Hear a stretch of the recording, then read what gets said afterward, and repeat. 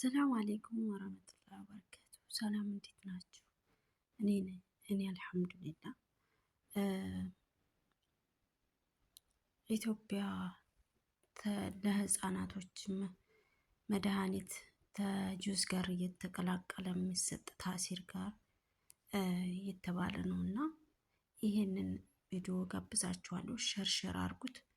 እኔ ለራሴ በጣም ጨንቆኛል። ማለት ሁላችንም እንጃለን ልጄ ምን ገዝቶ እንደሚሄድ አላቅም እና አላህ ይጠብቅልን። ደግሞ ምን አይነት ጉዳ መጡብን። እኔ እውነትም ይሁን ውሸት አላቅም፣ ብቻ ለጥንቃቄ ሸርሸር አድርጉት በአላህ። ይህንን ቪዲዮ እንደ ቀልድ እንዳታሳልፉት። እኔ በጣም ነው የተሰማው። ሰዓት ጀምሬ በጣም ጨንቆኛል። ብቻ አላህ ይጠብቃቸው እና አላህ ሱብሃነሁ ወተዓላ ይጠብቃቸው። ደግሞ በህፃናቶች ለምንድን ነው እንደዚህ አላቅም።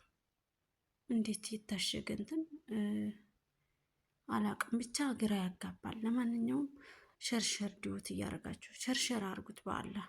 ይህንን አትነፉት በአላህ ይዣችኋለሁ። ይህንን ቪዲዮ እንዳታልፉት ማለት ነው። ቪዲዮውን እጋብዛችኋለሁ። ብቻ ጨንቆኛል። ሸርሸር አድርጉት። እኔም ልጅ አለኝ ትምህርት ቤት የሚማር እና እነዚህ ህፃናቶች ምንም አያውቁም። ይሄንን ጁዝ እንዳይጠጡ ለጥንቃቄ ሸርሸር እያደረግን ለህዝባችን ማስተላለፍ አለብን ማለት ነው። ያ ረቢ። አስቸኳይ ማስጠንቀቂያ ለወላጆች። ልጆች ሊን እያሉ የሚጠጡት ፋሽን ሳይሆን የመቃብር መንገድ እንደሆነ ስንቶቻችሁ ታውቃላችሁ? ዛሬ በትምህርት ቤቶችና በቲክቶክ እንደ ቀልድ እየተስፋፋ ያለው ይህ አደገኛ መርዝ ታዳጊዎችን በቁም እየበላቸው ነው። ታዳጊዎችና ወጣቶች በስፕራይት ሃይላንድ ውስጥ ቀይ መጠጥ ይዘው ካያችሁ እባካችሁ ዝም ብላችሁ አትለፏቸው።